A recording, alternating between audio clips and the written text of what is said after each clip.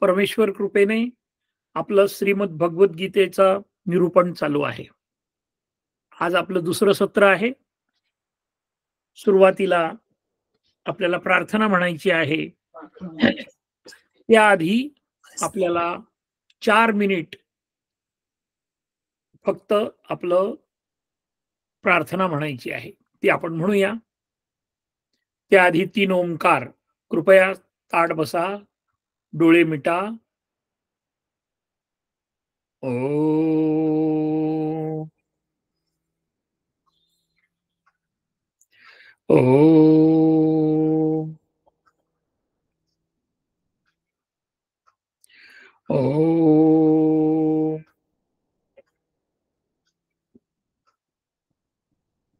प्रार्थना. ब्रह्मानंदं परमसुखदं केवलं ज्ञानमूर्तिं द्वन्द्वातीतं गगनसदृशं तत्त्वमस्यादिलक्ष्यम् एकं नित्यं विमलमचलं सर्वधी साक्षिभूतम् भावातीतं त्रिगुणरहितं सद्गुरुं तन्नमामि. आपले जे काही गुरु असतील त्यांना आपण वंदन करूया. गुरुर्ब्रह्मा गुरुर्विष्णू गुरुर्देवो महेश्वरा गुरुर्साक्षात् परब्रह्म तस्मै श्री गुरवे नमः. श्रीमद भगवद्गीता सुरुवातीचा श्लोक. वसुदेवसुतं देवं कंसचाणूरमर्दनं देवकी परमानन्दं कृष्णं वन्दे जगद्गुरुं. श्रीकृष्णं वंदे जगद्गुरुं. आपण 12वा अध्याय बघत आहोत. सुरुवातीला आपण कालचा जो श्लोक बघितला म्हणजे मागच्या रविवारचा, तो एकदा मी म्हणतो, आपण सगळे मनपूर्वक ऐकावं. ओम श्री परमात्मने नमः. श्रीमद्भगवद्गीता अथ द्वादशोऽध्यायः. अर्जुन उवाच एवं सततयुक्ता ये भक्तास्त्वां पर्युपासते ये चाप्यक्षरमव्यक्तम् तेषां के योगवित्तमा. यानंतर दुसरा श्लोक. याचं आपणही पठण करायचं आहे. सुरुवातीला मी एकदा आपल्याला ऐकवतो, त्यानंतर आपण घेणार आहोत. एक-एकच आवृत्ती घेणार आहोत. श्री भगवानुवाच मय्यावेश्य मनो ये मां नित्ययुक्ता उपासते श्रद्धया परयोपेतास ते मे युक्ततमा मताः. आपण म्हणायचंय माझ्या मागे एकदाच. श्री भगवानुवाच. श्री भगवानुवाच मय्यावेश्य मनो ये मां मय्यावेश्य मनो ये मां नित्ययुक्ता उपासते नित्ययुक्ता उपासते श्रद्धया परयोपेतास ते मे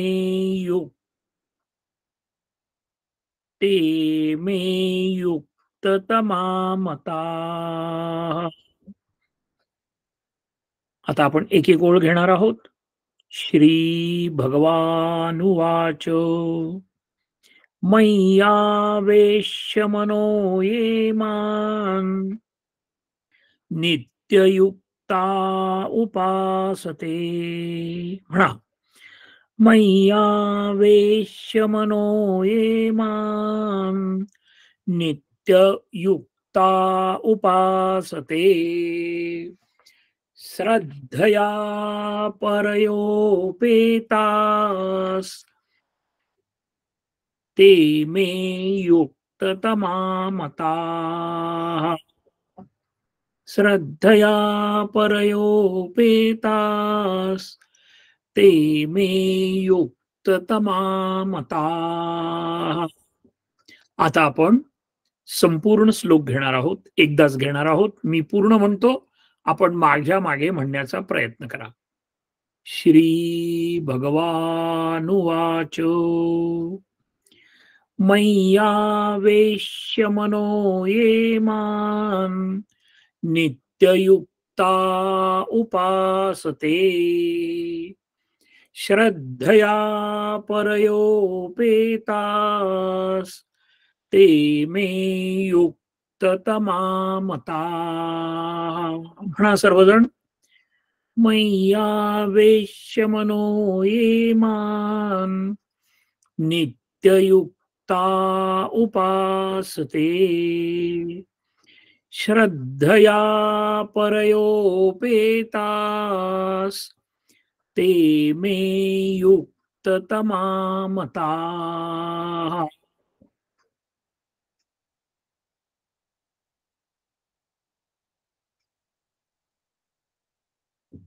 अशाप्रमाणे आपण आज दुसरा श्लोक बघितलेला आहे. त्याचं उच्चारण बघितलेलं आहे. आता आपण त्याचा अर्थ बघूया.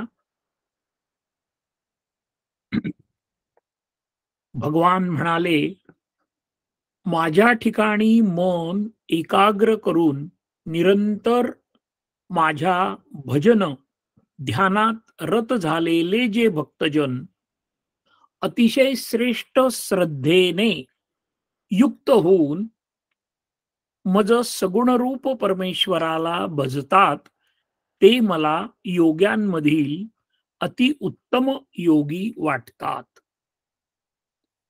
आता ह्या प्रत्येक शब्दाचा खूप गहन अर्थ आपण बघणार आहोत आणि आपल्याला जसं समजेल त्या पद्धतीने, आणि मी जास्तीत जास्त सोपं सांगण्याचा प्रयत्न करत आहे. माझ्या ठिकाणी मन. आता मन मन म्हटलं की काय आहे, तर याचा सुद्धा आपण एक एक शब्दाचा अर्थ बघणार आहोत. मन म्हणजे जे आपल्या इंद्रियांना कंट्रोल करतं, जे आपल्या मनाला, जे आपल्या इंद्रियांना प्रत्येक बाबतीमध्ये आदेश देतं, ते आपलं मन. इंद्रियांचा राजा हे मन. एकाग्र करणे म्हणजे आपले पंचप्राण जे आहे ते एकत्र करून. आता माझी आपणाला विनंती आहे की आपण आपला सगळे प्राण जे आहेत ते कानामध्ये घ्या, कानामध्ये एकवटा, की जेणेकरून आपणास सर्व गीता व्यवस्थितरित्या आकलन होऊ शकेल. त्याची एकाग्रता आपण कॉन्सन्ट्रेशन असं म्हणतो. म्हणजे इतर बाह्य गोष्टींकडे आपलं लक्ष जाणार नाही. निरंतर. निरंतर म्हणजे ज्याच्यामध्ये अंतर नाही. सकाळी वेगळं, दुपारी वेगळं, संध्याकाळी वेगळं असं नाही. तर माझ्या ठिकाणी परमेश्वर असं म्हणतात, की तू मन एकाग्र कर आणि निरंतर माझ्या भजन ध्यानामध्ये रत हो. रत हो म्हणजे काय हो? त्यामध्ये तू स्वतःला रत करून घे, म्हणजे कार्यरत करून घे.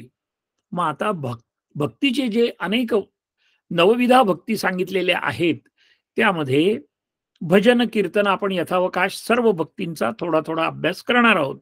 पण आता या ठिकाणी की जो अभक्त नाही, म्हणजे आपल्या अंतर्मनामध्ये आत्ता जे काही विचार चालू आहेत ते फक्त कृष्ण, भगवद्गीता आणि भक्ती या तीनच गोष्टींकडे आपलं लक्ष असणं अत्यंत गरजेचं आहे.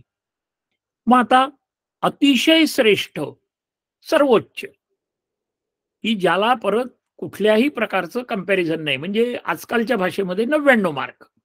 अशा पद्धतीने तू श्रद्धायुक्त अंतःकरणाने मज सगुण रूप परमेश्वराला भज. सगुण रूप आपण मागच्या आठवड्यामध्ये बघितलं आपल्या, की सगुण याचा अर्थ असा, की जो गुणांनी युक्त आहे, म्हणजे तुमच्या आमच्यासारखा आहे. ज्याला हात, पाय, तोंड, चेहरा, अवयव सर्व काही आहे, तो आम्हाला दिसला, की आम्हाला बरं वाटतं. म्हणून त्याची पूजा अर्चा आपण करू शकू. त्याप्रमाणे सगुण रूप परमेश्वराला तू मला परमेश्वराला आपणा सर्वांना भजायचं आहे. आणि ते जे आहे तो योगी. योगी याचा अर्थ काय?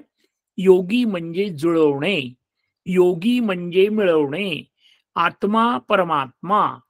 किंवा आपल्याला एखादी गोष्ट जर पाहिजे असेल, तर आपण बोलता बोलता बोलतो, की अहो माझा योगच जुळून नाही आला अजून गाडी घेण्याचा, उदाहरण म्हणून. तर तशा पद्धतीने अहो अजून मला योगच नाही आला, किंवा परमेश्वराच्या बरोबर मला भजन करण्याचा किंवा परमेश्वराबद्दलचं चिंतन करण्याचा मला योग आलेला नाही. मग आता श्रीमद भगवद्गीता ही पूर्णपणे योगाचीच आहे. योग म्हणजे जुळवणे, हे आपण बघितलं. तर हे योगी मला उत्तम आहेत असे वाटतात. परमेश्वर स्पष्टपणे सांगतात, की हेच योगी उत्तम आहेत. मग आता थोडंसं मागे जावं लागेल आपल्याला. कशासाठी मागे जावं लागेल? की अर्जुनाने प्रश्न काय विचारला?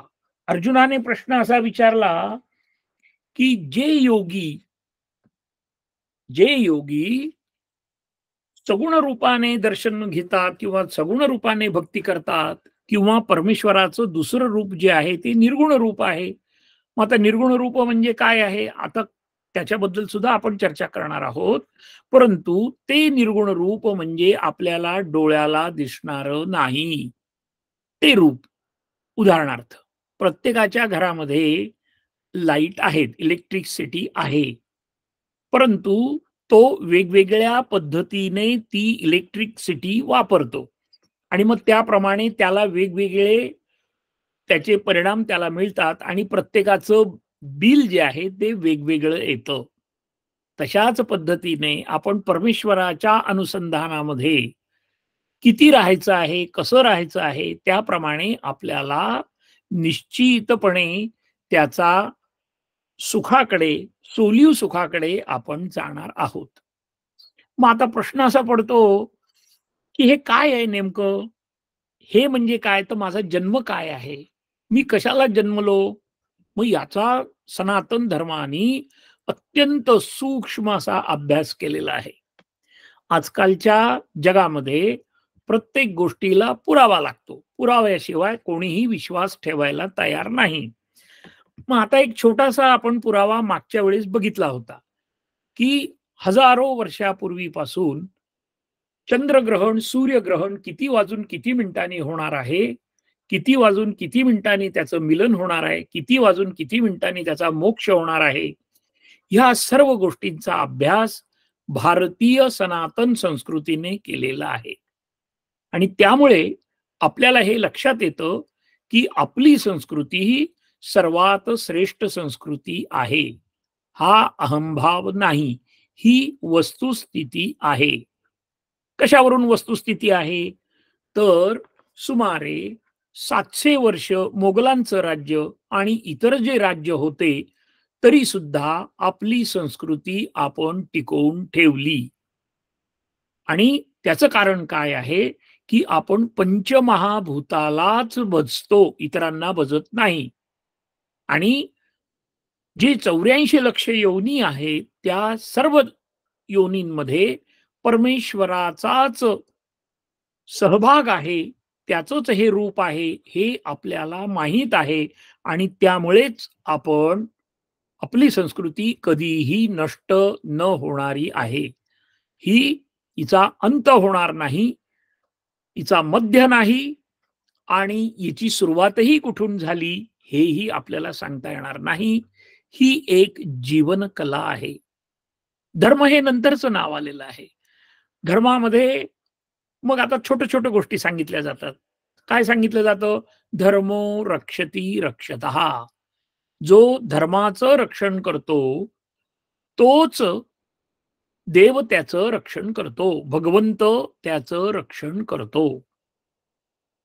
यानंतर एक गोष्ट आपल्याला लक्षात ठेवायची आहे, की हे आपल्या स्वतःच्या स्वार्थासाठी म्हणजे माहितीसाठी आपण हे करत आहोत. मग आता आपण करत आहोत तर काय करत आहोत? तर मी कोण आहे या संदर्भामध्ये ज्यावेळेस आपले संत महात्मे होऊन गेले, त्यांची काय पद्धत होती? तर आपण ज्यावेळेस शंकराची पत्नी जी पार्वती आहे, त्या पार्वतीला आपण विनंती केलेली आहे. कशी विनंती केली आहे? अन्नपूर्णे सदा पूर्णे शंकर प्राणवल्लभे ज्ञान वैराग्य सिद्ध्यर्थम भिक्षां देही च पार्वती. आम्ही तिला फक्त काय मागितलं? ज्ञान आणि वैराग्य एवढंच आपण देवीला मागितलं. त्याचं कारण असं आहे, की मग पैसे नाही मागितले का? सुख नाही मागितलं का? धनधान्य नाही मागितलं का? मुलं-बाळं नाही मागितले का? ते तर मागितलेच. पण ते वेगळ्या पद्धतीने मागितले. कसे वेगळ्या पद्धतीने मागितले? तर ज्ञान दिलं, की तुम्हाला सगळ्या गोष्टी मिळतात. पण हे वैराग्य पण त्याच्याबरोबर पाहिजे. आपल्या ऋषीमुनींनी जे काही शोध लावले, त्या शोधाच्या मागे त्यांनी स्वतःचा वैयक्तिक स्वार्थ शून्य ठेवला होता. त्याचं कारण काय?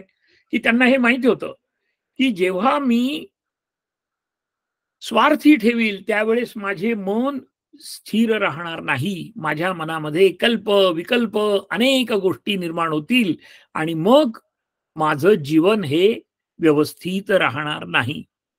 म्हणून आपण एक रामदास स्वामींचं या ठिकाणी उदाहरण घेणार आहोत. रामदास स्वामींचं उदाहरण काय आहे? की त्यांची करुणाष्टकं आहेत. आपला सनातन धर्माने प्रत्येक गोष्टीचा अभ्यास केलेला आहे. नवविधा भक्ती आहेत, 4 वेद आहेत, 4 रूप आहेत, 10-7 रस आहेत. अशा पद्धतीने प्रत्येक गोष्टीला अत्यंत स्पेसिफाईड असे नंबर देऊन त्याचं एनालिसिस केलेलं आहे. मग आता हे सगळं आपलं मनावर चाललेलं आहे. तर मग रामदास स्वामींनी काय म्हटलंय, ते मी फक्त 3 श्लोक आपल्याला ऐकवतो. त्याचा अर्थ थोडासा सांगतो. अनुदिन अनुतापे तापलो राम राया परमदिन दयाळा नीरसी मोह माया चपळ मन माझे नावरे आवरिता तुझ विण शिण होतो धावरे पाव आता. आपला मूळ जन्म कुठून झाला? भगवान विष्णू पासून झाला. त्याच्यानंतर ब्रह्म, त्यांचा सुद्धा आपण अभ्यास यथावकाश करणार आहोत. पण मला समजतच नाही, मी कोठुनी कोण आलो कसा रे, श्रीपुत्र स्वप्नातची गुंतलो रे, प्रारब्ध माझे मज आठवेना, तुझ वीण रामा मज कंठवेना. तर म्हणून आपल्याला हे समजलं पाहिजे, की जीवन म्हणजे काय आहे, की मी जन्माला येणार, लहान राहणार, ब्रह्मचर्याश्रम करणार, गृहस्थाश्रम करणार, वानप्रस्थाश्रम करणार आणि संन्यासाश्रम करणार. त्यानंतर माझं जीवनाचं ध्येय काय आहे? तर माझे 4 पुरुषार्थ कोणते आहेत? अर्थ, धर्म, काम आणि मोक्ष. याची सुरुवात कशी होते? धर्मापासून होते. धर्म त्याची सीरियल जर आपण व्यवस्थित लावायची ठरली, तर धर्म, अर्थ, काम आणि मोक्ष अशा पद्धतीने 4 आपल्या जीवनाचे विभाग आपण करून घेतलेले आहेत. माझी आपणाला सर्वांना विनंती आहे, की जेव्हा एखाद्या घरी देव येणार असतात, त्यावेळेस आपण कसे राहतो? किंवा एखादे संत येणार आहेत, तेव्हा आपण कसे बसतो? तेव्हा आपण घरातलं वातावरण कसं ठेवतो? तर कृपया शुद्ध पवित्र अंतःकरणाने आपण हे ऐकायचं आहे आणि आपल्या जीवनामध्ये उतरवायचं आहे. मग आता पुन्हा आपण मूळ मुद्द्यावर येणार आहोत. तर तुझविण शिण होतो धावरे पाव आता.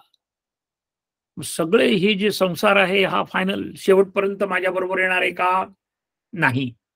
मग याचा सुद्धा आपण शांतपणे विचार केला पाहिजे. आपल्या हातामध्ये एक डायरी पाहिजे, एक पेन पाहिजे, एक कागद पाहिजे आणि मग त्याच्यामध्ये जे मुद्दे आहेत, ते आपण शक्य होईल तेवढं उतरून घेतले पाहिजेत. का बरं उतरून घेतले पाहिजे? तर याचा सूक्ष्म अभ्यास असा आहे, की छोटं जर उदाहरण घ्यायचं ठरलं, तर चहाचं उदाहरण घेऊ आपण. घरी जर सांगितलं गेलं नवऱ्याकडून बायकोला, की चहा कर. ती म्हणते, "करते हं, 2 मिनिटात." आणि मग काय करावं लागतं तिला? तिला सगळं करावं लागतं. त्याच्यामध्ये गॅस पेटवणं आलं, भांडं ठेवणं आलं, पाणी आलं, चहा आला, दूध आलं, त्याला उकळणं आलं वगैरे, वगैरे. कप, बशी आली. तशा पद्धतीने आणि मग आपण आपल्या नवऱ्याला चहा देतो. मग आता आपल्याला जर हे सगळं पचवायचं असेल, तर आपण व्यवस्थित नको का ठेवायला? आपलं शरीर, मन, बुद्धी, अहंकार. मग त्यामुळे माझी आपणा सर्वांना विनंती आहे, की अत्यंत व्यवस्थित कपड्यामध्ये भगवंत स्वतः आपल्या घरामध्ये आलेला आहे, याची खात्री आपण बाळगा आणि जेणेकरून आपल्याला सुख, शांती, समाधान निश्चितपणे लाभणार आहे. म्हणून आपण भगवंताला विनंती करत आहोत. मग आता माझा जन्म कसा गेला भगवंता? भजन रहित रामा सर्वही जन्म गेला. स्वजन जन धनाचा व्यर्थ म्या स्वार्थ केला. रघुपती मती माझी आपलीशी करावी. सकळ त्यजुनी भावे कास तुझी धरावी. का बरं राम राम राम राम म्हणतोय आम्ही? त्याचं सुंदर उदाहरण म्हणजे वाल्मिकी ऋषीचं आहे. कोण होता तो वाल्मिकी ऋषी? हा वाल्या कोळी होता. जंगलामध्ये उदरनिर्वाह करण्यासाठी लोकांना लूटमार करणं, मारणं, खून करणं इथपर्यंत तो पापी होता. मग तुम्ही आम्ही तर एवढे निश्चित पापी नाही. मग काय आहोत? तर त्या वाल्याचा वाल्मिकी ऋषी झाला. आणि त्यांनी स्वतःचा आश्रम तयार केला. एवढंच नव्हे, तर प्रत्यक्ष सीतामाई त्यांच्याकडे मुक्कामाला आली आणि लवकुश हे जे आहेत, हे त्यांच्या तिथे त्या ठिकाणी जन्मलेले आहेत. मग मी पापी नाहीच आहे. मी एवढा पापी आहे का? नाही. मग मी जर पापी नाही, तर माझा उद्धार करण्याची परमेश्वराची जबाबदारी आहे. पण मी त्याच्यासाठी काय केलं पाहिजे? तर मी त्याचं नाव घेतलं पाहिजे. मग आता भजन आहे, स्मरण आहे, कीर्तन आहे, पादसेवन आहे, दर्शन आहे, बऱ्याच गोष्टी आहेत. आपण त्या यथावकाश बघणार आहे. आणि आपण म्हणून देवाला विनंती केली आहे, की "सकळ त्यजिनी भावे, कास तुझी धरावी." अगदी स्पष्ट बोलायचं ठरलं, आम्ही इतर ठिकाणी सांगताना असं सांगतो, की नवरा आणि बायकोपैकी एखादा जरी गेला, 48, 50, 60 वर्ष दोघं जण एकत्र राहिलेले आहेत आणि दोघांनी एकमेकाची काळजी घेतलेली आहे, असं आपण गृहीत धरूया. आणि मग पुढे काय झालं? पुढे असं झालं, की दोघांपैकी एक जण गेला. गेल्यानंतर काय होतं हो पुढे? जन्माच्या पूर्वीपासून काय करावं, कर्म कसं करावं, ते गेल्यानंतर 15 दिवसापर्यंत काय करावं, याचा सगळा अभ्यास सनातन धर्माने केलेला आहे. आणि आपण एवढे भाग्यवान आहोत, की याचं सगळ्याचं सार गीतेमध्ये आलेलं आहे. आणि म्हणून आपण हे लक्षात ठेवलं पाहिजे, की मला अभ्यास करायचा आहे. मला मनन करायचं आहे. मला चिंतन करायचं आहे. हे जर मी मनन चिंतन केलं नाही, तर मग माझा जन्म जो आहे, तो वाया जाणार आहे. आपण मागे बघितलं, की एका वेळेस दिवसभरातून 60,000 विचार माझ्या मनामध्ये येतात. मग मी काय करू? मग रामदास स्वामींनी जो हा शेवटचा तिसरा जो श्लोक आहे, तो मी आपल्याला वाचून दाखवतो. "अचपळ मन माझे नावरे आवरिता, तुझविण क्षीण होतो धावरे पाव आता. चपळ मनाचे मोडिता मोडवेना, सकळत स्वजन माया तोडिता तोडवेना. घडी घडी बिघडे हा निश्चयो अंतरीचा, म्हणून करुणार्थे बोलतो दीन वाचा. मी अत्यंत नम्रपणे देवा तुला विनंती करतो आहे की मी जो काही निश्चय करण्याचा प्रयत्न करतो तो नेहमी नामशेष होतो. काही ना काही करायला जातो आणि मग ते पूर्णत्वाला जात नाही. आणि त्याचं कारण मी तुझं नाव घेत नाही, मी तुझं नामस्मरण करत नाही. मग आता काय आपण म्हणतो, अहो मला वेळच मिळत नाही. ठीक आहे. तर अंतर्मनामध्ये 24 तास भगवंताचं, आपल्या आवडत्या देवतेचं नाव घेणं ही आपली सर्वांची जबाबदारी आहे. आणि कशासाठी आहे? तर त्यामुळे आपल्याला सोलीव सुख मिळणार आहे. आता सोलीव सुख म्हणजे काय? तर रामदास स्वामींनी सांगितलं आहे, दासबोध एवढा लिहिलाय, पण त्यामधला फक्त एकच वाक्य आपल्याला घ्यायचं आहे. कोणतं वाक्य नव्हे, शब्द. सायुज्य मुक्ती. मग आता सायुज्य मुक्ती म्हणजे काय? तर त्याचा आपण यथावकाश आपल्याला ह्या गीतेमधून त्याचा अर्थ समजणारच आहे. मग मी कसा वागू? हा सुद्धा प्रश्न जेव्हा आपल्या मनाला पडतो, आपल्या मनामध्ये प्रश्न येणं हे जिवंतपणाचं लक्षण आहे. आणि म्हणून आपण नेहमी आपल्या मनाला एकांतात प्रश्न विचारले पाहिजेत. म्हणून मग एकांतात आम्ही बसतो का? आणि आमचं जे मन आहे हे असं अवखळ आहे. त्याच्या मनात घटकेत हा विचार येतो, घटकेत तो विचार येतो आणि मग त्या विचाराने आमचं मन जे आहे ते गढूळ होऊन जातं. पाणी जर स्थिर व्हायचं असेल तर त्याला शांत व्हावं लागतं. आणि ते शांत केव्हा होतं? जेव्हा ते स्थिर व्हायचं असेल त्यावेळेस. ब्रह्मदेवानी ज्यावेळेस मनुष्य निर्मिती केली, त्यावेळेस कशा पद्धतीने आपली प्रगती झाली, मनुष्य देह कसा निर्माण झाला, याच्या संदर्भातही आपण बघणार आहोत. आपण आता कोणत्या देशामध्ये, कोणत्या कुलामध्ये, कोणत्या लिंगामध्ये जन्माला, म्हणजे पुरुष आहोत का स्त्री आहोत, याच्या मागचा सगळा सूक्ष्म अभ्यास हा केलेला आहे. आणि ते सर्व आपल्याला गीतेमधून निश्चितपणे मिळणार आहे. म्हणून काय करायचं आहे? तर आपण जेवायला बसल्यानंतर सगळं पंचपक्वान्नाचं ताट मांडलेलं आहे. पण आपण करतो काय? महाराष्ट्रीयन पद्धतीनुसार आपण सुरुवातीला भात खातो. भात खाताना सुद्धा काय, त्याच्यावर वरण आहे, त्याच्यावर तूप आहे, त्याच्यावर चतकोरच लिंबू आहे, जास्त नव्हे. ते सुद्धा ऐन वेळेस चिरलं जातं. प्रत्येकामागे शास्त्रीय कारण आहे. तशा पद्धतीने आपण श्रीमद भगवद्गीतेचा अभ्यास करत असताना एकदम सगळं ताट एकत्र करून घेणार नाही. आज आपण मन, भक्ती असे एक-एक शब्दाबद्दल आपल्याला ती माहिती होऊन आपलं अंतःकरण पूर्णपणे भक्तिमय व्हावं, यासाठीचा आपण एक अल्पसा प्रयत्न करणार आहे. मग आता तो प्रयत्न करताना आपल्या ही गोष्ट लक्षात आली, की नुसतं ऐकून सोडून मी देणार नाही. पहिला मुद्दा. मनुष्य स्वभावानुसार आणि वयोमानानुसार मी आत्ता ऐकलं, की 2 दिवसांनी, 3 दिवसांनी माझ्या काहीही लक्षात राहत नाही.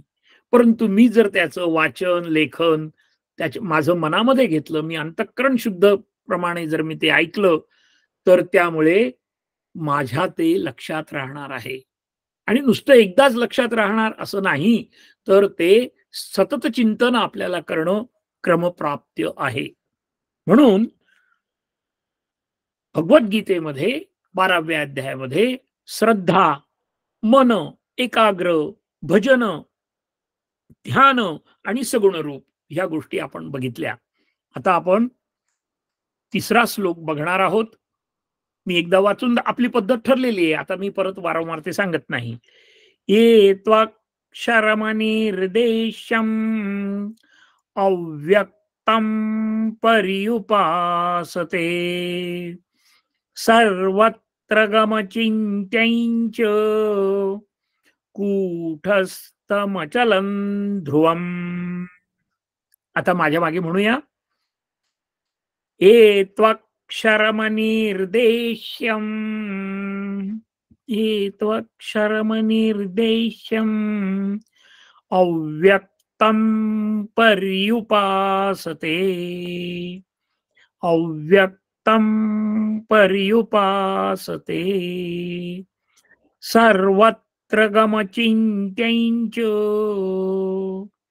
सर्वत्र गमचिन्त्यं च कूटस्थमचलं ध्रुवम् कूटस्थमचलं ध्रुवम्. आता दोन चरण एकत्र घेणार आपण.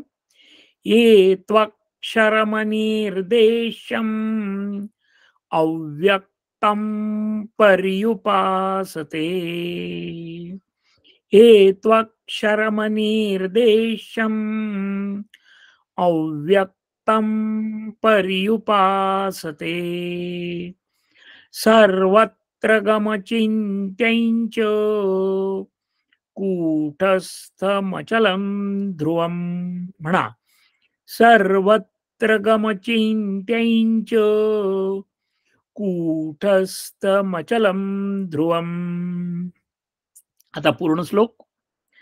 ये त्वक्षरमनिर्देशम् मव्यक्तं पर्युपासते सर्वत्र गमचिन्त्यं च कूटस्थमचलं ध्रुवम्.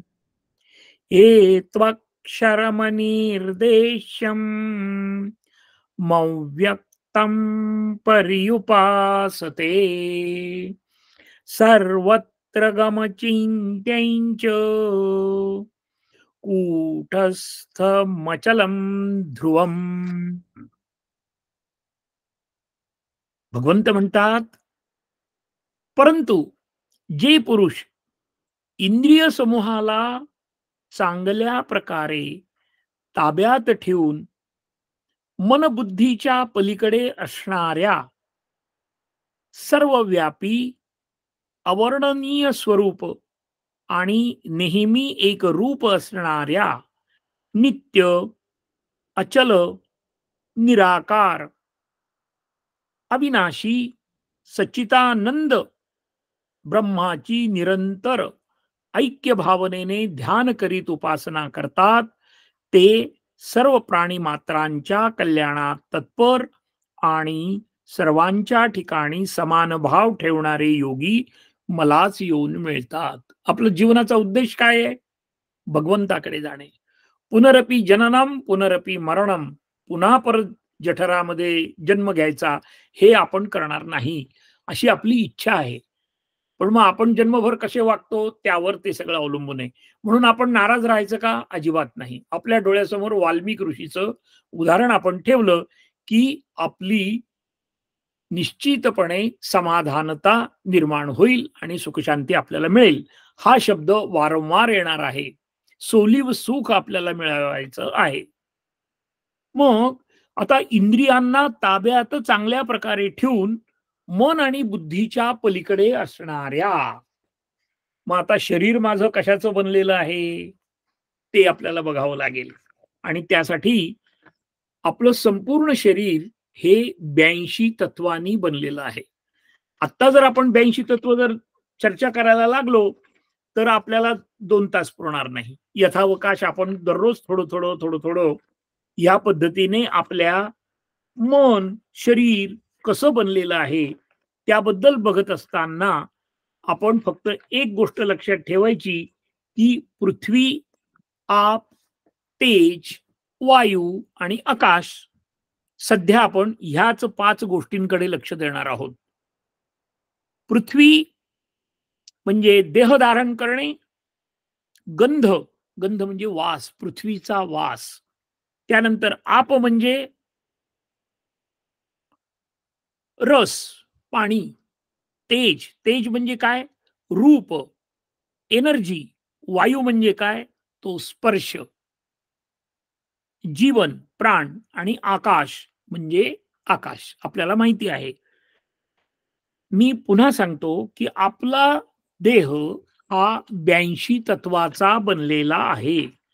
आणि ते जर 82 तत्व आपण सर्व बघायला लागलो तर आपल्याला तेवढा ह्या ठिकाणी वेळ नाही. मग काय करायचं आहे आपण?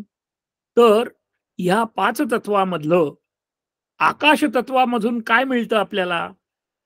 तर अंतःकरण, मन, बुद्धी, चित्त आणि अहंकार. आकाश तत्वातून आपल्याला ह्या गोष्टी मिळतात. आपल्या शरीरामध्ये प्राण वायू पण आहे. आपण फिजिक्सच्या प्रमाणे जर बघायचं ठरलं तर ते आपण नंतर बघणार आहोत. आत्ता नाही बघणार. आता वायू आपल्या शरीरामध्ये किती आहेत? 5 वायू आहेत. कोणते-कोणते वायू आहेत? प्राण, अपान, व्यान, उदान आणि समान. हे फक्त कानावर ऐकून घ्या. याचं प्रत्येकाचं जे स्पष्टीकरण आहे ते आपण बघणार आहोत. आता तेज, आमचं तेज कशामध्ये आहे? कानामध्ये तेज आहे, त्वचेमध्ये तेज आहे, डोळ्यात तेज आहे, जिभेमध्ये तेज आहे, नाकामध्ये तेज आहे आणि पाणी कशात आहे? पाणी आहे ते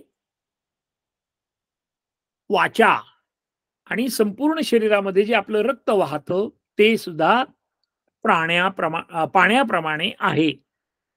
याचा अर्थ असा, की आज आपण फक्त एवढंच बघितलेलं आहे, की आपलं शरीर हे एकूण 82 तत्वाने जरी बनलेलं असलं, तरी त्याचे 4 प्रकार आहेत. त्याच्यामध्ये स्थूल देह 33, सूक्ष्म देह 33, कारण देह 8 आणि अकारण देह 8. अशा पद्धतीने आपलं शरीर बनलेलं आहे. मग ते शरीर व्यवस्थितरित्या टिकवण्यासाठी आपण कसं वागलं पाहिजे, कशा पद्धतीने जगलं पाहिजे, काय आहार घेतला पाहिजे, निद्रा कशी घेतली पाहिजे, या सर्व गोष्टी आपल्याला गीतेच्या माध्यमातून समजतील, यात शंका नाही. वास्तविकरित्या 3रा श्लोक आणि 4था श्लोक हा आपण बरोबर घेत असतो. तर त्याप्रमाणे आता मी 3ऱ्या श्लोकाबद्दल 4थ्या श्लोकाबद्दल आपल्याकडून थोडी माहिती आपल्याला देणार आहात. त्याच्या आधी आपण 4था श्लोक म्हणणार आहोत. मी म्हणतो आपली पद्धत आपल्याला माहिती झाली आता. संनियमेन्द्रियग्रामं सर्वत्र समबुद्धयः ते प्राप्नुवन्ति मामेव सर्वभूतहिते रताः. माझ्या मागे म्हणणार आहोत आपण. संनियमेन्द्रियग्रामं सन्नियन्नेन्द्रियग्रामं सर्वत्र समबुद्धयः सर्वत्र समबुद्धयः ते प्राप्नुवन्ति मामेव ते प्राप्नुवन्ति मामेव सर्वभूतहिते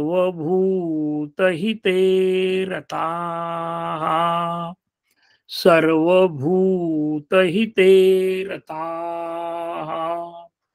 आता आपण एक ओळ घेऊया. संनियमेन्द्रियग्रामं सर्वत्र समबुद्धयः संनियमेन्द्रियग्रामं सर्वत्र समबुद्धयः ते प्राप्नुवन्ति मामेव सर्वभूतहिते रताः ते प्राप्नुवन्ति मामेव सर्वभूतहिते रताः. आपण आता पूर्ण श्लोक घेणार. आपण माझ्या मागे म्हणायचंय. संनियमेन्द्रियग्रामं सर्वत्र समबुद्धयः ते प्राप्नुवन्ति मामेव सर्वभूतहिते रताः. म्हणा, संनियमेन्द्रियग्रामं सर्वत्र समबुद्धयः ते प्राप्नुवन्ति मामेव सर्वभूतहिते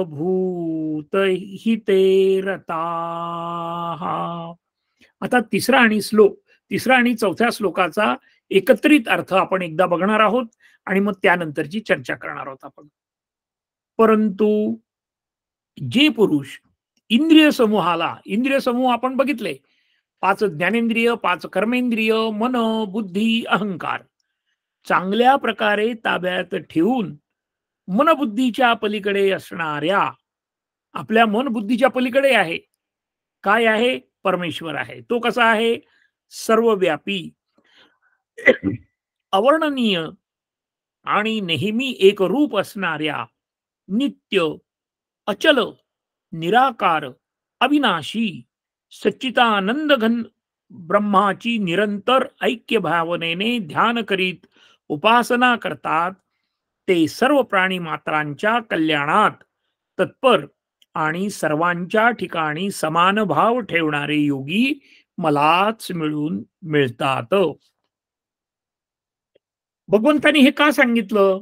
भगवंतांनी याच्यासाठी सांगितलं, आपण परत पहिल्या श्लोकामध्ये जो रेफरन्स आहे तो कधी विसरता कामा नये, की जो सगुणाची प्रार्थना करतो, सगुणाचं भजन करतो आणि निर्गुणाचं भजन करतो. भगवंत सांगतात की निर्गुण हा समजायला अवघड आहे, त्यामुळे तुझ्या कॅपॅसिटीनुसार, तुझ्या बुद्धीनुसार तू सगुण रूपाला तू भज. म्हणून आपण सगळेजण षोडशोपचार भगवंताची पूजा करतो. धर्म पालन करत असताना मी काही वाक्य जे सांगतो त्याच्यातलं एखादं वाक्य आपलं जीवन बदलेल. म्हणून आपल्याला जर जमलं तर मी हे तिसऱ्यांदा सांगतोय, आता परत सांगणं अयोग्य आहे. त्यामुळे एखादं वाक्य माझ्या तोंडातून परमेश्वर कृपेने जे निघेल ते आपलं जीवन बदलून टाकेल. म्हणून परमेश्वराची निरंतर ऐक्य भावनेने आपण ध्यान करणं गरजेचं आहे आणि उपासना करणं गरजेचं आहे, असं ह्या तिसऱ्या आणि चौथ्या श्लोकामध्ये भगवंतांनी आपल्याला सांगितलेलं आहे. मग आता इंद्रिय समूह, त्यामध्ये 70 ते 80% आपल्या इंद्रिय समूहाला त्रास देणारी जर कोणती गोष्ट असेल तर ती डोळा आहे. डोळ्यामुळे आपल्या संपूर्ण मनामध्ये वेगवेगळे विचार येत राहतात. आपल्याला रामशास्त्री प्रभूंची गोष्ट माहिती असेल, नसेल माहिती तर मी तुम्हाला सांगतो. रामशास्त्री प्रभूणे हे पेशव्यांच्या काळामध्ये न्यायाधीश होते. रस्त्याने जाताना एक छानसं बहरलेलं आंब्याचं झाड त्यांना दिसलं, की ज्याला खूप छान आंबे लागलेले होते. आणि मग त्यांच्या मनानी तो डोळ्यांनी त्यांनी बघितलं, की अरे खूप छान आंबे लागलेले आहेत. मी याच्यातला एक आंबा घेतला तर काय होणार आहे? याला तर पुष्कळ आंबे आहेत. आणि मग हे मन कसं असतं बघा, की त्या मनाने डोळ्यांनी त्यांना मोह पाडला. ते मेंदूकडे गेलं, मेंदूने हाताला सांगितलं, मग हाताने त्यांनी तो आंबा तोडला. आंबा तोडल्यानंतर मनाने आणि बुद्धीने लगेच काम करायला सुरुवात केली. अरे तू न्यायाधीश आहेस, मग तू न्यायाधीश असताना तू आंबा जो तोडला तर त्या आंब्याच्यावर तुझा अधिकार होता का? मग तू त्या मालकाला विचारलं का? तू त्या झाडाला, आपल्या पद्धती वेगवेगळ्या आहेत ते आपण नंतर बघू, पण तू त्या झाडाची परवानगी घेतली का? बाबा रे, तुझा आता हा आंबा मी घेऊ का म्हणून? कारण त्याच्यातही परमेश्वर आहे, त्याशिवाय तयार होत नाही आंबा. मग त्यांना त्याचं खूप वाईट वाटलं आणि मग ते आपल्या घरी आले. घरी आल्यानंतर ऑफिसमध्ये गेले, त्यांच्या न्याय कक्षामध्ये गेले आणि त्यांनी त्यांच्या हाताखालच्या माणसाला सांगितलं, की आज माझा उजवा हात कापून टाकायचा. आता न्यायाधीशांकडून झालेली चूक, म्हणजे मी इतरांना न्याय देतो आणि माझ्याकडूनच असं चूक झालेली आहे, त्यामुळे माझी शिक्षा मला झालीच पाहिजे. म्हणून ह्या मोहानी, या डोळ्यांनी, या हाताने जे पाप केलेलं आहे, तर डोळे तर मी नाही हे करत, पण ज्या हाताने आंबा तोडला त्या हाताला माझ्या शरीरामध्ये राहण्याचा अधिकार नाही. म्हणून त्यांनी तो हात तोडण्यासाठीचे आदेश दिले. ही बातमी लगेच पेशव्यांना समजली. पेशवे म्हणाले, की "अहो हे असं आततायी कृत्य तुम्ही कसं करता? कारण धर्म जो पाळायचा असतो, अत्यंत महत्त्वाचं वाक्य आहे, हे तुम्ही लक्षात ठेवा. धर्म हा चाणाक्षपणे, युक्तीने, वयानुसार, परिस्थितीनुसार अशा पद्धतीनेच आपल्याला अंमलात आणावा लागतो. याचा अर्थ आळसाणे नव्हे. म्हणजे कसं, की मग आपण मूळ त्या गोष्टीवर येऊ. मग पेशव्यांनी त्यांना बोलावून घेतलं आणि त्यांना सांगितलं, की "मान्य आहे तुमच्याकडून चूक झाली, तुम्हाला आंब्याचा मोह झाला, पण तुम्ही हात काय तोडू नका. ही यंत्रणा जर चालवायची असेल, तर तुम्ही एक काम करा, की तुमच्या शर्टाच्या ज्या 2 बाह्या आहेत, त्याच्यापैकी एका शर्टाला बाहीच ठेवू नका." आणि मग रामशास्त्री प्रभूणेंनी आपला संपूर्ण उजवा हात आयुष्यभर बिनबाहीचा ठेवला. आपल्या भारताची अशी परंपरा आहे, की छोटीशी एखादी गोष्ट पाप झालं, की त्या पापाचं प्रक्षालन कसं करायचं आहे, या संदर्भात सर्व गोष्टी व्यवस्थितरित्या त्याच्या मांडलेल्या आहेत. पण त्यासाठी आपण आपल्या बुद्धीचा वापर करणं गरजेचं आहे. मग आता बुद्धीमध्ये त्याच्यातही बरेच प्रकार आहेत. मग आता आपण तैलबुद्धीबद्दल बोलू, 2 बुद्ध्यांबद्दल बोलू आपण. एक असती चामड्याची बुद्धी बरं का. चामड्याची बुद्धी म्हणजे कसं, की एक चामडं घेतलं, चामडं म्हणजे कातडं, जनावराचं कातडं आणि त्या चामड्याला आपण छिद्र पाडलं. छिद्र पाडल्यानंतर जेवढं तो दाभण असेल, तेवढंच छिद्र त्या चामड्याला पडतं आणि तेच जर तैलबुद्धी असेल आणि पाण्यावर जर आपण एक पाण्याचा थेंब टाकला, तर संपूर्ण पाण्यावर ते तेल निश्चितपणे पसरतं. मग माणसाची बुद्धी कशी पाहिजे? चामड्यासारखी पाहिजे का तैलबुद्धी पाहिजे? तैलबुद्धी याचा अर्थ समोरच्यानी म्हटलं, आपल्या मराठी भाषेमध्ये म्हणतात, म्हटलं की तपेलं आणि म्हटलं की घमेलं. आजकाल घमेलं म्हणतात की नाही तो भाग वेगळा आहे. अशा पद्धतीने माणूस जागृत राहिला पाहिजे आणि तो जागृत राहण्यासाठी काय केलं पाहिजे? तर त्यांनी दररोज एक नियम केला पाहिजे, कुठलाही. मग तो काय नियम करायचा? मग त्याच्यामध्ये आमच्याकडे कसं आहे माहितीये का? माझ्यासहित मी काही कोणी वेगळा नाही. पहिली गोष्ट मी तुम्हाला अत्यंत क्लिअर करतो. मी फक्त गीतेचा अभ्यासक आहे. बाकी काहीही नाही. मी विद्वान नाही. माझं वाचन नाही. कारण वाचन सगळंच करायचं ठरलं तर सगळं आयुष्य संपून जाईल. मी फक्त स्वतःचं जाणून घेण्याचा प्रयत्न करणारा एक जिज्ञासू माणूस आहे. तात्पर्य की नेहमी हे लक्षात ठेवायचंय की न इति हे नाही, अजून काही वेगळंच आहे.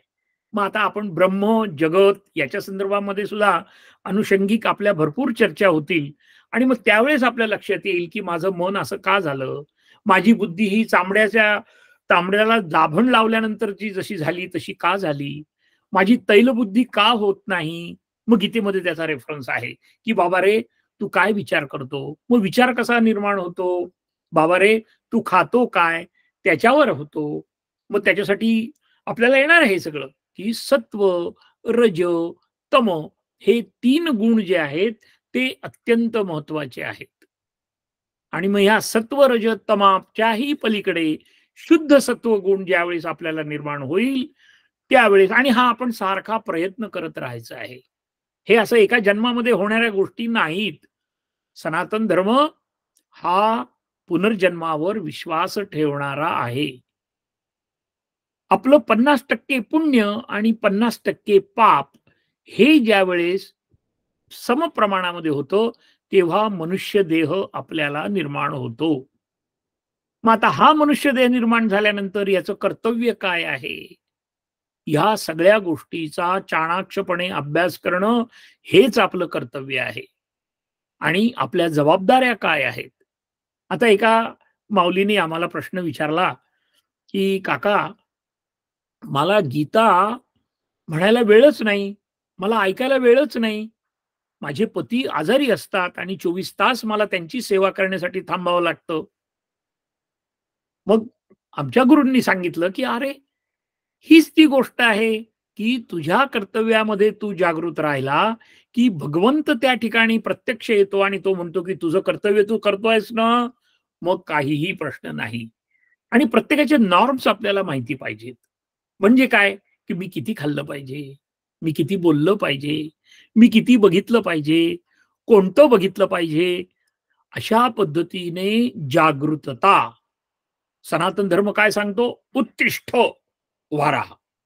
जागृत, जागा हो आणि कार्यरत. तू कार्यरत राहा. आपले मोठे लोक म्हणजे मोठ्या पोस्टचे लोक पंतप्रधान म्हणूया आपण. तर पंतप्रधान हे किती तास झोपतात? ऐकीव माहितीवर. आपण प्रत्यक्ष बघायला जात नाही. 3 तास ते 4 तास झोपतात. चाणक्याने काय सांगितलंय, की राजानी कसं वागावं? राजाचे गुणधर्म काय आहेत? त्याप्रमाणे 4 तासापेक्षा जास्त झोप आवश्यक नाही.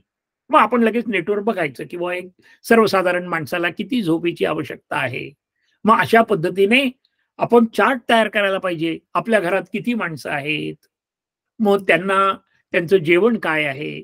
त्यांची झोप कशी आहे?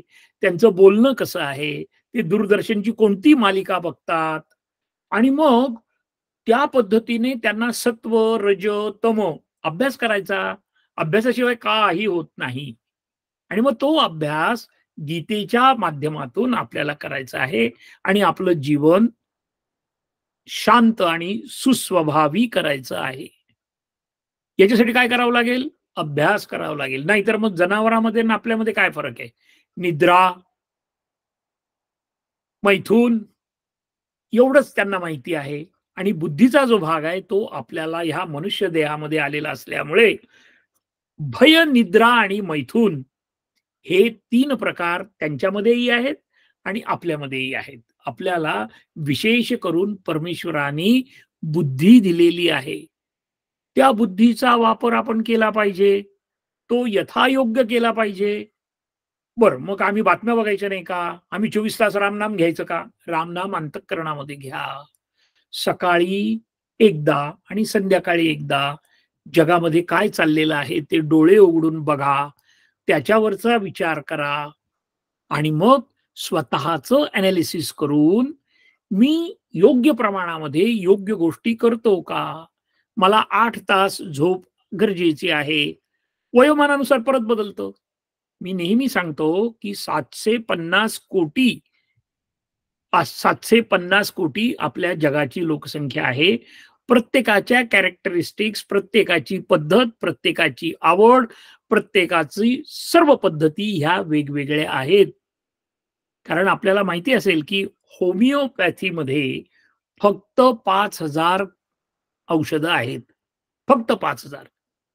परंतु त्यांचं जे कॉम्बिनेशन आहे ते वेगवेगळं आहे आणि त्यामुळे आपल्याला त्याचा उपयोग होतो. म्हणून आपण हा अभ्यास केला पाहिजे, की मला काय योग्य आहे? मला काय अयोग्य आहे? मग मी सत्वगुणामध्ये राहतो की नाही? मग परमेश्वरांनी रजोगुण का निर्माण केला? मग परमेश्वरांनी तमोगुण का निर्माण केला? तर याचा सगळा वारंवार मनन, चिंतन आपण केल्यानंतर गीतेचा खरा गुह्य अर्थ आपल्याला समजेल. गीता म्हणते, "विमूढानानुपश्यन्ति पश्यन्ति ज्ञानचक्षुषः." आपल्याला हे घर फक्त 100 वर्षापर्यंत भाड्याने दिलेलं आहे देवानी. नंतर तो त्याचं तो घेऊन जाणार आहे, हे विसरू नका.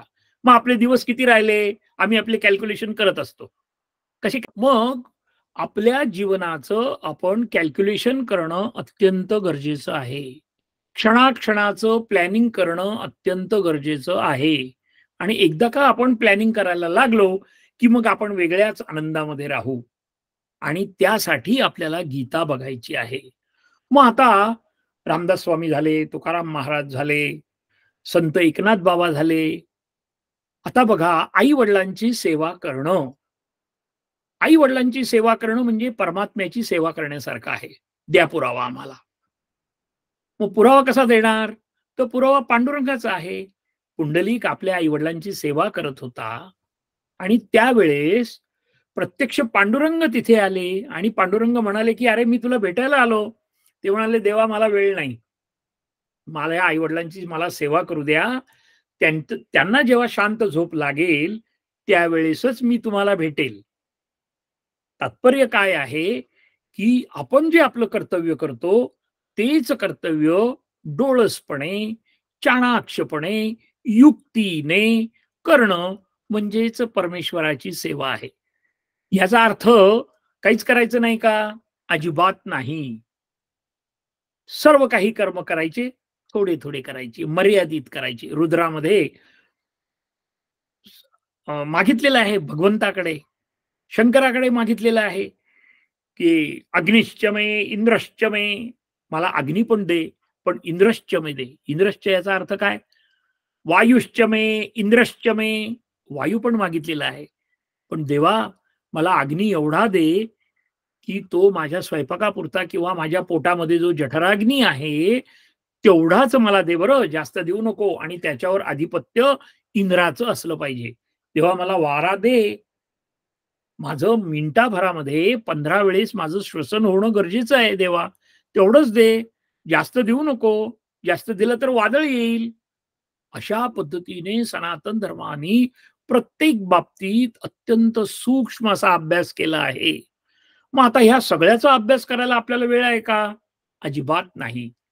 म्हणून आपल्या सगळ्यांचं भाग्य आहे, की शंकराचार्यांनी धर्म कसा आहे, धर्माप्रमाणे कसं वागावं आणि त्या पद्धतीने त्यांनी पंचायतन सांगितलेलं आहे. देवपूजा कशी करावी. बरं देवाने असं सांगितलं का, की "बाबा मला सगळं काही चारी ठाव दे." अजिबात नाही. देव म्हणतो, "मी फक्त वासाचा भुकेला आहे." आणि देव जर खायला लागला तर काय होईल हे आपल्या सगळ्यांना माहिती आहे. तात्पर्य असं आहे, की माझं अंतःकरण शुद्ध पाहिजे. सगळ्यात महत्त्वाचा मुद्दा तो आहे.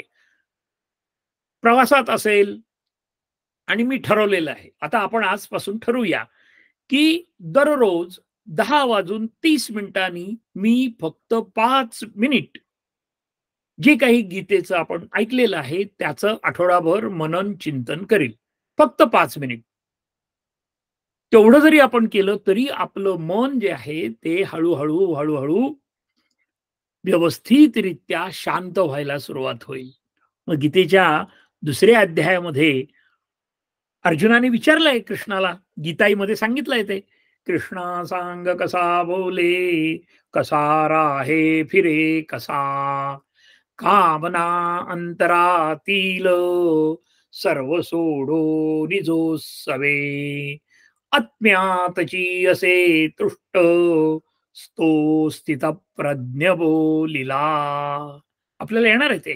गीताईमध्ये गीताईची एक छोटीशी कथा मी तुम्हाला सांगतो. विनोबा भावे विनोबा भावे आणि त्यांची आई ह्या दोघांचा संवाद चाललेला होता. मग ती प्रेमाने त्यांना विन्या म्हणायची आणि "अरे विन्या, मला संस्कृत येत नाही रे, मी काय करू?"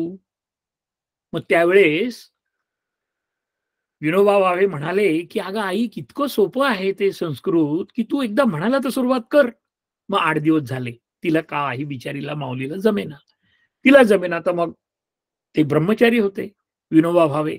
मग विनोबा भावे म्हणाले, की "आई, तुझ्यासाठी मी संपूर्ण गीता मराठीत लिहून काढेल."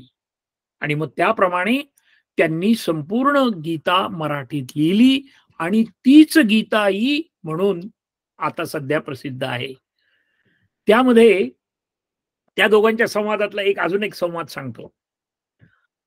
आई सारखी मागे लागली, "विनया, अरे लग्न कर. अरे विनया, लग्न कर." तो म्हणाला, "आई, लग्न केलं तर मी किती वर्ष लोकांच्या लक्षात राहील गं?" ती म्हणे, "काय 4-5 पिढ्या राहशील." म्हणे, "मग नाही, मला कायमस्वरूपी लक्षात ठेवायचं आहे." म्हणजे मग ती म्हणाली, "मग काय करतो तू?" "नाही," म्हणे, "मी ब्रह्मचारीच राहणार. त्यामुळे ब्रह्मचारी जर मी राहिलो, तर माझ्या हाताने चांगले काहीतरी कार्य होईल आणि ते कार्य कोणाच्याही विस्मरणामध्ये जाणार नाही."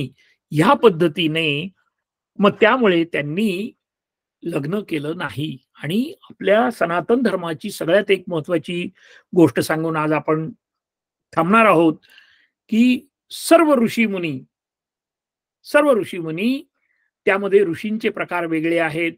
मुनींचे प्रकार वेगळे आहेत, साधूंचे प्रकार वेगळे आहेत, परंतु स्वार्थासाठी अत्यंत कमी जगलेले हे लोक आहेत. म्हणून आम्हाला पैसे पाहिजेत का? पाहिजेत. किती पाहिजेत? मर्यादित पाहिजेत. म्हणून एक छोटीशी द बद्दलची गोष्ट सांगून आज आपण या ठिकाणी विराम घेणार आहोत. एकदा काय झालं, की आता ब्रह्मदेवाचे जे हे 3 मुलं, कोण? राक्षस, मानव आणि देव. हे तिन्ही मुलं एकत्र एकदा ब्रह्मदेवांकडे गेले आणि ब्रह्मदेवांकडे गेल्यानंतर ते म्हणाले, की "आद्य देवा, आम्हाला तुम्ही तुम्ही आमचे सर्वस्व आहात, तर आम्हाला काहीतरी द्या, मार्गदर्शन करा." आता कल्पना करा, की एका माणसाला 3 मुलं आहेत आणि तिन्ही मुलं एकाच वेळेस मागायला गेली, तर काय होईल? मग आता त्यांना प्रश्न पडला ब्रह्मदेवाला, की यांना काय द्यायचं? मग त्यांनी सांगितलं, ते फक्त एवढंच म्हणाले, "द, द, द, द, द, द, द, द, द, द." आता द, द, द, द, द, द असं म्हणायला लागल्यानंतर कोणालाच काही समजेना. सगळेजण एकमेकाकडे बघायला लागले. वास्तविकरित्या देव विरुद्ध राक्षस आणि मनुष्य. आता ह्या तिघांचं कॉम्बिनेशन कसं व्हायचं? मग त्या ठिकाणी नारद मुनी आले आणि नारद मुनींनी सांगितलं, की देवांना सांगितलंय, की दमन करा. शरीर इंद्रियाचं दमन करा. हे देवांना सांगितलं. राक्षसांना सांगितलं, की दया दया करा. कारण राक्षसांचा मूळ स्वभाव हा क्रोधी. त्यामुळे त्यांना सांगितलं, की तुम्ही दया करायला शिका आणि मनुष्याला सांगितलं, की तुम्ही दान करा. आपल्याला गीतेमध्ये येणार आहे, की दान कसे करायचे, की कुठल्या-कुठल्या पद्धतीचं दान आहे, कुठलं सर्वश्रेष्ठ दान आहे. आपल्याला माहिती आहे फक्त पैशाचं दान आहे. कुणी जमिनीचं दान करतं, कुणी घराचं दान करतं, कुणी काय करतं. तर सगळ्यात श्रेष्ठ दान जे आहे ते ज्ञानदान आहे. आणि यानंतर द्वितीय प्रार्थना म्हणून आपण आज विराम देणार आहोत. सगळ्यांनी हात जोडा कृपया. योगेशं सच्चिदानंदं वासुदेवं व्रजप्रियं धर्मसंस्थापकं वीरं कृष्णं वन्दे जगद्गुरुं श्रीकृष्णं वन्दे जगद्गुरुम् ओम शांति शांति शांती. आपणा सर्वांना सस्नेह साष्टांग नमस्कार. हरि ओम तत्सत. इदन्न मम तत्सत कृष्णार्पणमस्तु.